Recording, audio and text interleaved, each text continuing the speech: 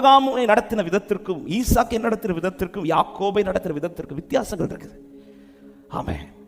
எல்லாருமே அவர் கீழே தான். ஆனால் ஒவ்வொருவரையும் கர்த்தர் நடத்துகிற பாதை. என்னதான் வேதத்தில் ஒரு வார்த்தை இப்படி, அவர் கரவல் ஆடுகளை மெதுவாய் நடத்துவார். எல்லா ஆட்டையும் நடத்துறது போல சில ஆட்டை நடத்த மாட்டார். அவருக்கு தெரியும் இந்த ஆட்டை எவ்வளவு ஸ்பீடா நடத்தணும், இந்த ஆட்டை எவ்வளவு ஸ்பீட்ல கொண்டு போகணும், இந்த ஆட்டை எவ்வளவு மெதுவா நடத்தணும். ஆமென். என்னை நன்றாய் அறிந்து நடத்துகிற ஒரே ஒரு தேவன் உண்டு என்றால் நான் ஆராதிக்கிற தேவன் ஒருவர் என்று சொல்லுகிறவர்கள் நல்ல கைகளை தட்டி அந்த தேவனுக்கு மகிமை. ஆமென்.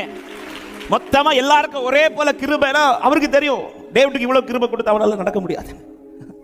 ஆமென். நான் எப்பவுமே கொஞ்சம் உயர்த்தி சொல்லுவேன், உங்களுக்கு தர கிருபை விட எனக்கு நிறையவே தரார். இப்படி நீங்க சொல்லணும்.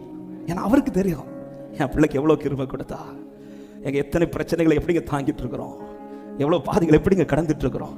எல்லாருக்கும் ஒரே எப்படி அன்னைக்கு ஒவ்வொரு வீட்டுக்கும் அளவு மண்ணா ஒரே அளவு இந்த மாதிரி மாத்திர கிருபை கொடுத்திருப்பாருன்னா பலம் உள்ளவர்கள் நின்றுவார்கள். ஆனா பலவீனமான நாம் அவருக்கு தெரியும் என் பிள்ளைக்கு இன்னும் கொஞ்சம் கிருபை, இவனுக்கு கொடுக்கிறது வரை என் பிள்ளைக்கு இன்னும் கொஞ்சம் கிருபை.